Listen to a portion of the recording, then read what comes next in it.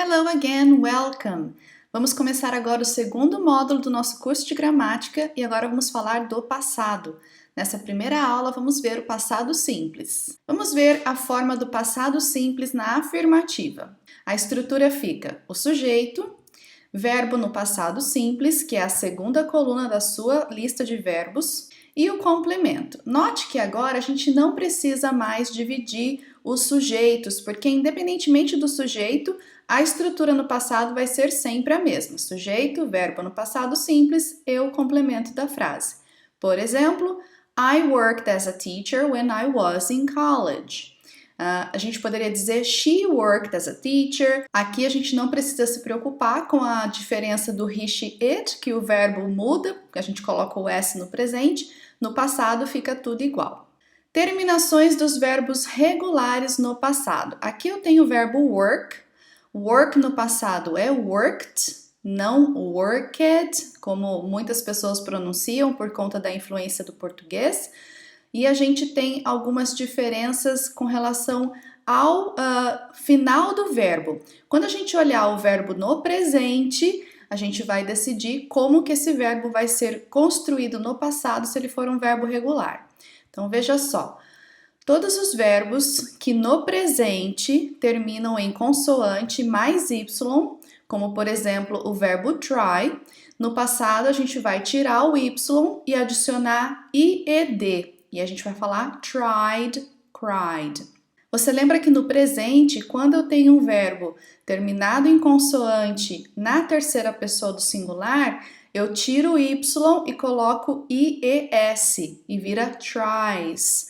E aqui, ao invés do S, eu vou usar o D porque eu estou falando de passado, mas a regra da terminação do verbo é a mesma. Verbos terminados com a sequência de consoante, vogal e consoante.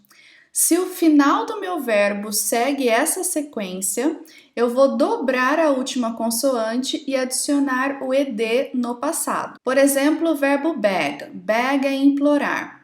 Como eu tenho aqui consoante, vogal e consoante, no passado eu vou dobrar a letra G, que é a minha última consoante, e vai ficar begged.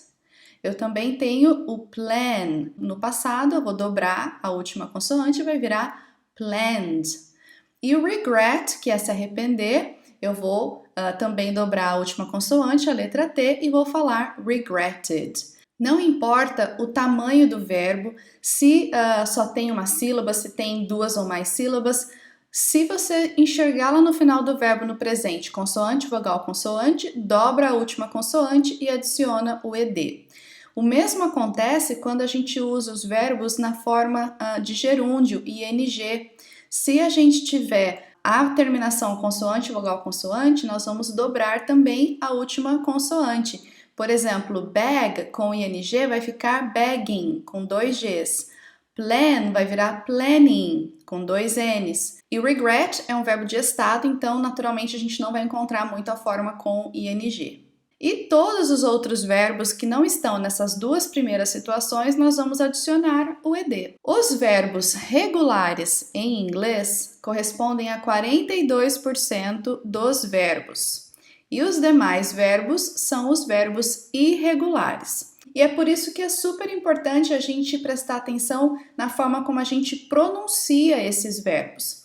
É uma tendência para o brasileiro sempre pronunciar o som do E no final dos verbos e acabar saindo bagged, planned e não o som correto que seria bagged, planned, por conta da influência da língua portuguesa, onde a gente pronuncia todas as vogais. Mas em inglês isso é bem diferente e quando a gente fala de verbos no passado, nós temos três formas diferentes de pronunciar esses verbos terminados em ed.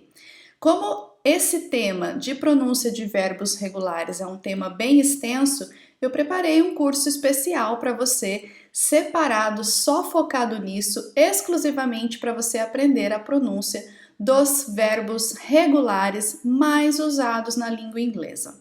Existe uma lista de palavras com 3.000 palavras que mais ocorrem na língua inglesa quando as pessoas estão usando o inglês em diversas situações. Eu tirei dessa lista, dessas 3.000 palavras, todos os verbos regulares divididos por nível. Então você vai ter todos os verbos regulares que são usados no nível básico, depois todos os verbos regulares usados no nível pré-intermediário, no nível intermediário e no nível intermediário superior, para você praticar a pronúncia de cada verbo do jeito certo para você incorporar no seu repertório. Pronúncia é essencial para o seu desenvolvimento. Quanto mais você conseguir pronunciar as palavras corretamente, mais você vai ter capacidade de entender a outra pessoa falando. Você só consegue entender, identificar o som que o outro está produzindo se você tem a capacidade de produzir esse som você mesmo. É igual quando a gente compra um carro novo. A gente começa a ver um monte daquele carro na rua, parece que todo mundo decidiu comprar o mesmo carro que a gente. Por que que isso acontece? A gente colocou aquele carro no radar do nosso cérebro. E a gente só consegue colocar a língua no radar do cérebro se a gente prestar atenção nela e se a gente conseguir usar ela do jeito correto. Portanto, a pronúncia correta desde o início do seu desenvolvimento é essencial para você ter uma construção mais sólida da língua e vai ficar muito mais fácil de você aprender, porque a hora que você escutar a pessoa falando, você já vai fazer a conexão da palavra escrita com a palavra falada. Vamos ver agora a estrutura do passado simples na negativa. A gente aprendeu no primeiro módulo do presente que sempre que eu tenho uma negativa em inglês, eu preciso de um verbo auxiliar. Nós vimos no presente que o verbo auxiliar pode ser o do, se for I, you, we e they, e does, se for he, she, it. No passado fica melhor ainda, porque você tem um verbo auxiliar só que vai servir para todos os sujeitos. E aí nós vamos ter sujeito, mais o did, mais o not, mais verbo na forma base. Lembra, neste caso aqui, o verbo auxiliar já está indicando que é passado. Então, o meu verbo principal pode voltar lá para a forma base. E o complemento. Exemplo. I didn't work as a teacher back then. Eu não trabalhava como professora naquela época, back then. E aí surge a pergunta, você deve dizer I did not work ou I didn't work? É muito comum quando a gente fala o idioma contrair os verbos auxiliares. É normal você falar I didn't work se você estiver conversando com alguém em qualquer situação, mesmo que seja uma situação mais formal, essa contração na fala é comum. Quando você estiver escrevendo alguma coisa, se for uma escrita informal, por exemplo, um e-mail para um colega do trabalho com quem você já tem um relacionamento, você pode usar didn't, você pode usar a forma contraída. Se você estiver escrevendo algo mais formal, um relatório, uma minuta de uma reunião ou um e-mail para um fornecedor que você nunca conheceu, você nunca teve um contato, é interessante usar a forma não contraída, did not, porque é uma situação mais formal e demonstra uma certa formalidade a mais na língua. E isso serve para todos os verbos auxiliares, ok? Vamos ver como ficam as perguntas no passado. Pergunta sim ou não. Vamos ver o que você lembra da estrutura das perguntas sim ou não. Isso é algo interessante de você observar. A língua inglesa é uma língua que segue padrões. Se a gente consegue absorver bem um padrão da língua, você consegue transferir esse padrão para outras estruturas do idioma. Nós vimos lá no módulo do presente que uma pergunta sim ou não começa com o verbo auxiliar. Sempre uma pergunta sim ou não começa com o verbo auxiliar. Você acabou de conhecer o verbo auxiliar do passado, que é o did. Então, naturalmente, vamos começar a pergunta com did. E vamos ter did mais o sujeito, o mesmo padrão do presente. Mais o verbo na forma base, lembrando que o did já está indicando que é passado, mais o complemento. Por exemplo, did you call the supplier yesterday? Yes, I did. No, I didn't. O que você se lembra da regra da resposta curta? Isso mesmo, que quando você quer dar uma resposta curta, você tem que usar o verbo auxiliar. Yes, I did. No, I didn't. Perguntas abertas. A gente começa com a palavra de pergunta. E o que vem depois, você já sabe, é o verbo auxiliar, mais o sujeito, mais o verbo na forma base, mais o complemento. E o exemplo fica What did you tell them? O que você disse para eles? Passado simples com o verbo to be. O verbo to be é um verbo muito especial em inglês porque ele é um verbo autônomo. Perceba que todos os outros verbos, quando a gente faz uma negativa e uma pergunta, a gente vai precisar de um verbo auxiliar para indicar que é uma negativa ou uma pergunta. Já o verbo to be não precisa de verbo auxiliar. Ele é um verbo autossuficiente e na afirmativa, na negativa e na pergunta, ele vai funcionar sozinho. E ele fica da seguinte forma. Aqui a gente precisa dividir novamente os sujeitos, porque a gente sabe que tem formas diferentes do verbo to be, dependendo do sujeito, se for singular ou plural. Então, nós temos aqui you e they, nós usamos o verbo to be were. Por exemplo, we were at the office yesterday. Se eu tenho I, he, she, it, sujeitos no singular, eu vou usar o verbo to be was, que é o passado de is, mais complemento. Por exemplo, she was angry at her colleague. Verbo to be na negativa no passado. Aí a gente já viu lá no presente que o verbo to be, a gente simplesmente coloca o not no verbo. E a gente vai ter o seguinte, you e they, a gente já viu que o verbo to be que acompanha you e they no passado é were. E aí o were vem acompanhado do not e o complemento. É importante a gente reforçar a diferença da pronúncia de were com where, de onde.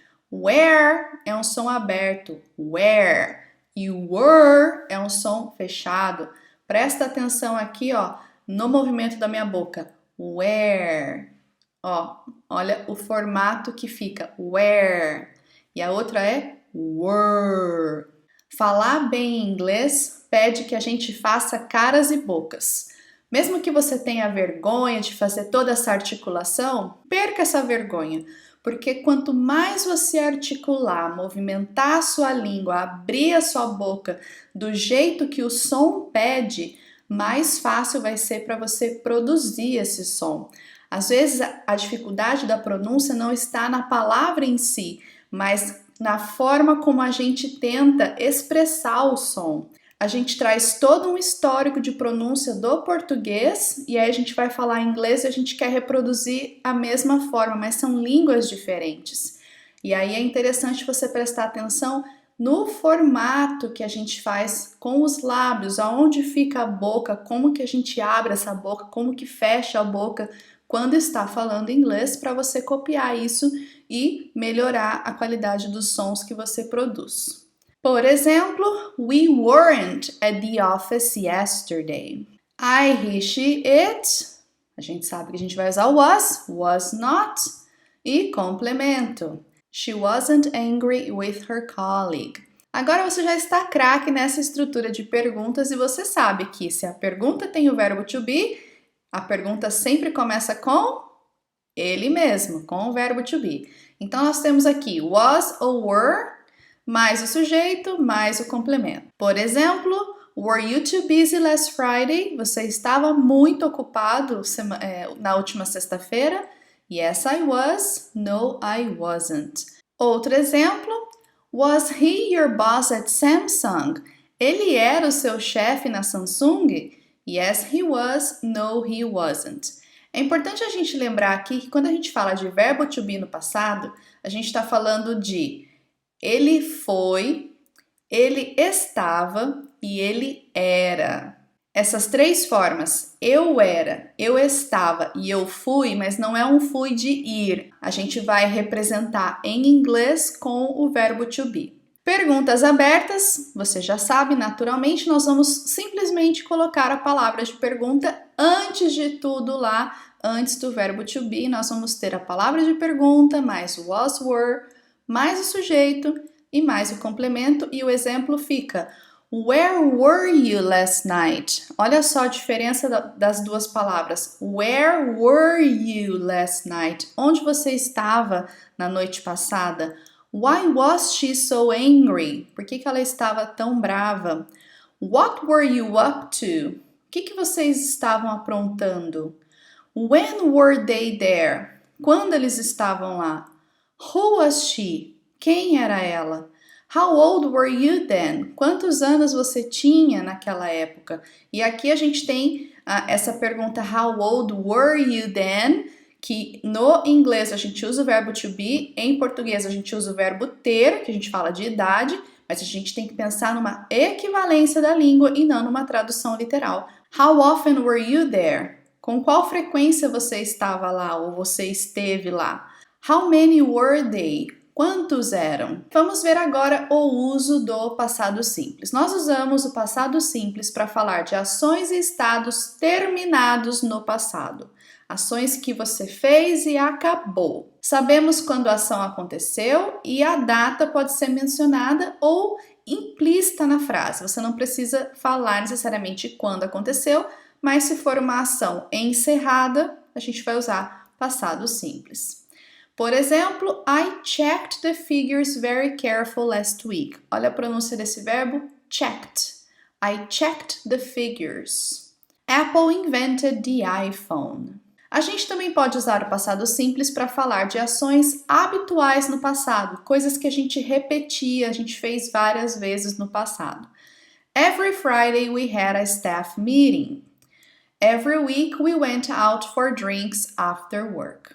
Quando a gente estudava português lá na escola regular, a gente aprendeu as formas de passado, as conjugações dos verbos. E nós vimos o pretérito imperfeito do indicativo, eu ouvia. Pretérito perfeito do indicativo, eu ouvi.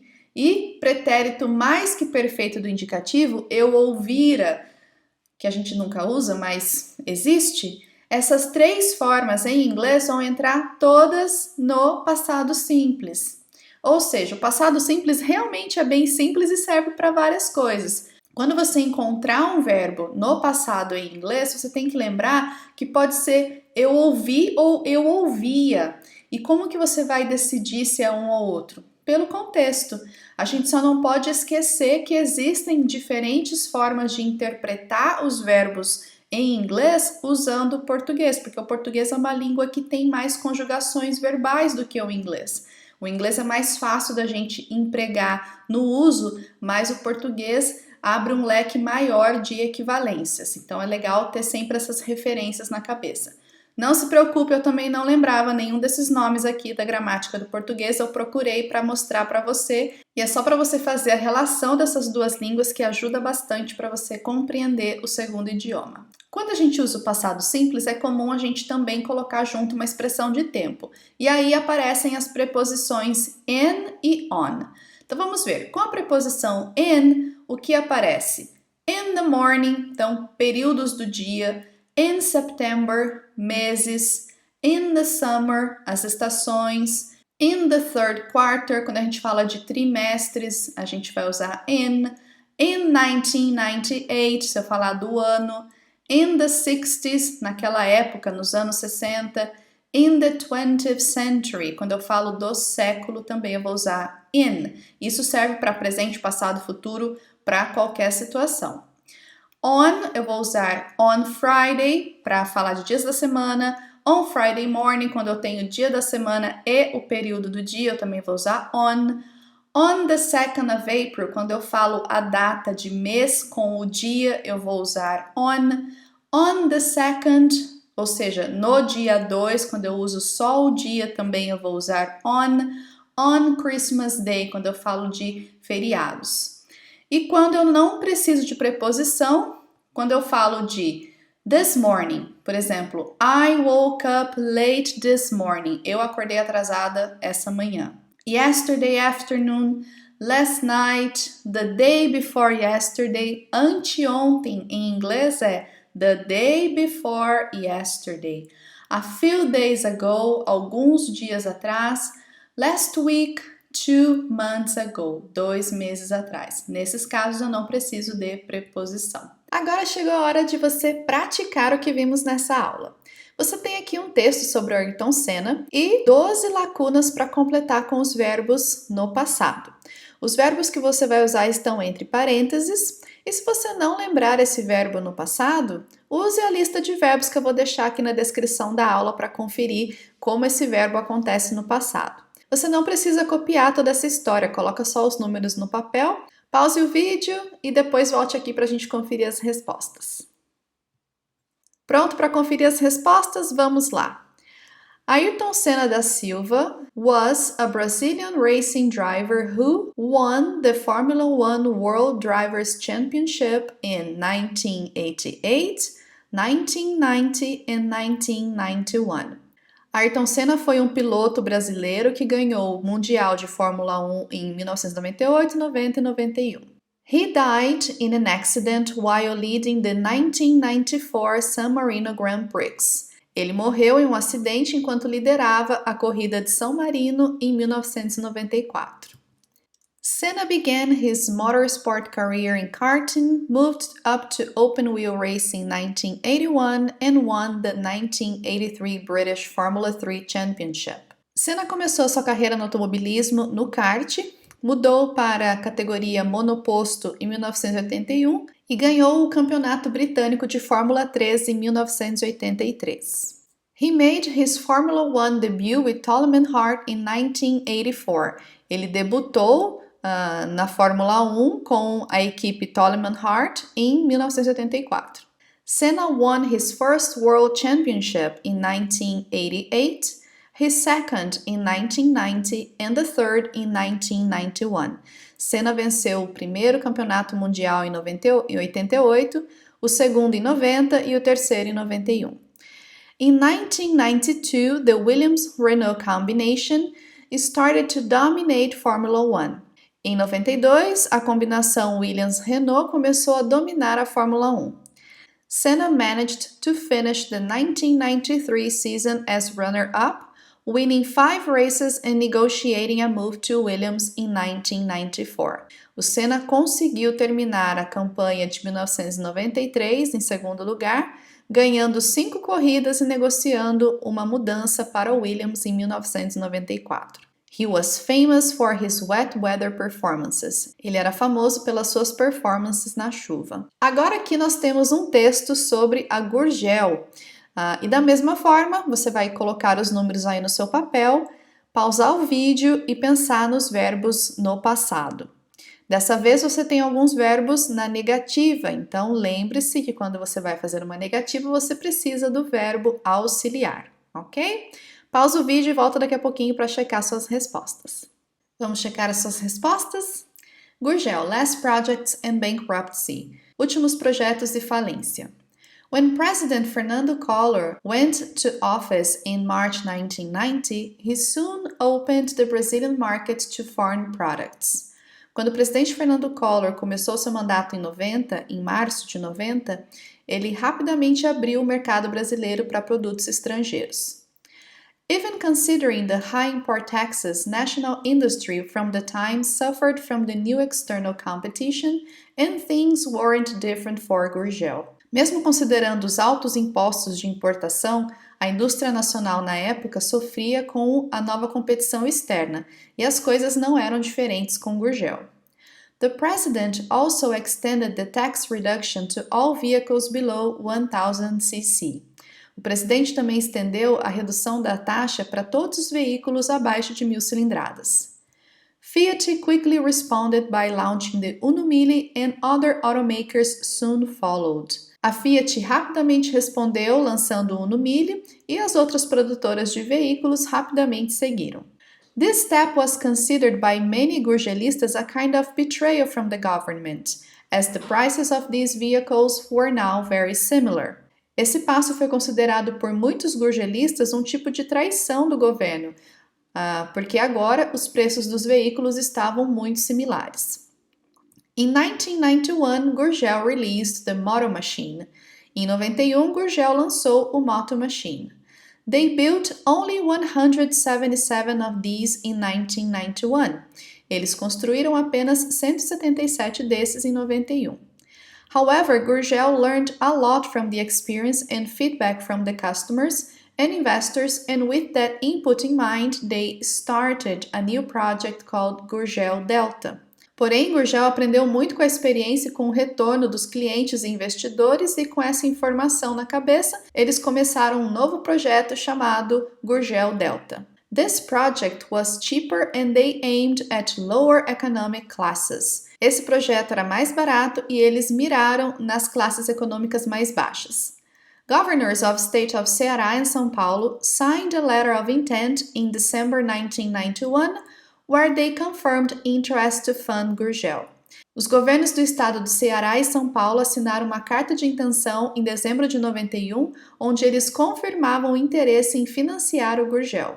However, the state of Ceará didn't confirm the funding, leading to the loss of support from São Paulo and BNDES. Porém, o estado do Ceará não confirmou o financiamento, levando à perda do apoio de São Paulo e do BNDES. The schedule for production of the new car was delayed and in 1993 Gurgel filed for bankruptcy. O cronograma de produção do novo carro estava atrasado e em 93 Gurgel declarou falência. Gurgel still tried to contact the federal government, making a presentation for the Delta Project to the current president Itamar Franco. A Gurgel ainda tentou contatar o governo federal fazendo uma apresentação para o projeto Delta ao presidente atual Itamar Franco. But they didn't get the money, mas eles não conseguiram o dinheiro. E vamos à última atividade desta aula. Aqui você tem um diálogo e nessa caixinha azul os verbos que você vai precisar para completar esse diálogo. Veja que o verbo to be você vai usar 9 vezes e o verbo do 3 vezes. Pause o seu vídeo, pense nas respostas e volte aqui para a gente conferir junto. Vamos lá. Hi, Joan. Were you at the trade fair last week? Oi, Joan. Você estava na feira comercial semana passada? Yes, it was great. Sim, foi ótimo. Did you make any useful contacts? Você fez contatos úteis? Well, I met some interesting people and exchanged some cards, but nothing too promising. Bom, eu conheci pessoas interessantes e troquei alguns cartões, mas nada muito promissor. I see. Why was that? Entendo. Por que foi isso?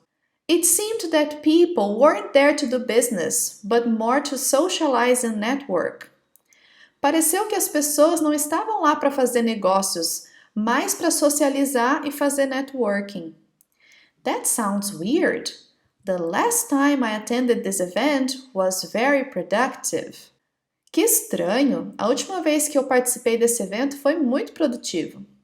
We even negotiated the contract with Dell Computers that day. A gente até negociou o contrato com a Dell Computadores naquele dia. Oh, that was a good day. Oh, aquele foi um dia bom. Really? Maybe the problem was me then. Oh my gosh. Sério? Talvez o problema fosse eu. A equivalência de oh my gosh em português é oh meu Deus. Did I miss the chance to do a good deal? Eu perdi a chance de fazer um bom negócio? Look, don't beat yourself up. The economy was much better when I was there. Olha, não se martirize, não se culpe. A economia estava muito melhor quando eu estava lá. Maybe it was just lack of luck, I guess. Talvez seja somente falta de sorte, eu acho. Did you follow up with any of the contacts you got? Você deu seguimento aos contatos que você conseguiu? No, not yet, but I will. The worst part is that I need to talk to my supervisor about it. Não, ainda não, mas eu vou. A pior parte é que eu vou ter que falar com meu supervisor sobre isso. He had great expectations for this fair. Ele tinha grandes expectativas para essa feira. Oh boy, I hope he doesn't fire me. Eu espero que ele não me demita. Don't worry, I'm sure he'll understand as this is your first time and all. Não se preocupe, eu tenho certeza que ele vai entender. Afinal, é a sua primeira vez. I hope so. Eu espero que sim. Chegamos ao final desta aula, eu espero que você tenha aprendido sobre o passado simples. Na próxima aula a gente vai ver o passado contínuo. Eu vejo você lá. Um grande abraço e até a próxima!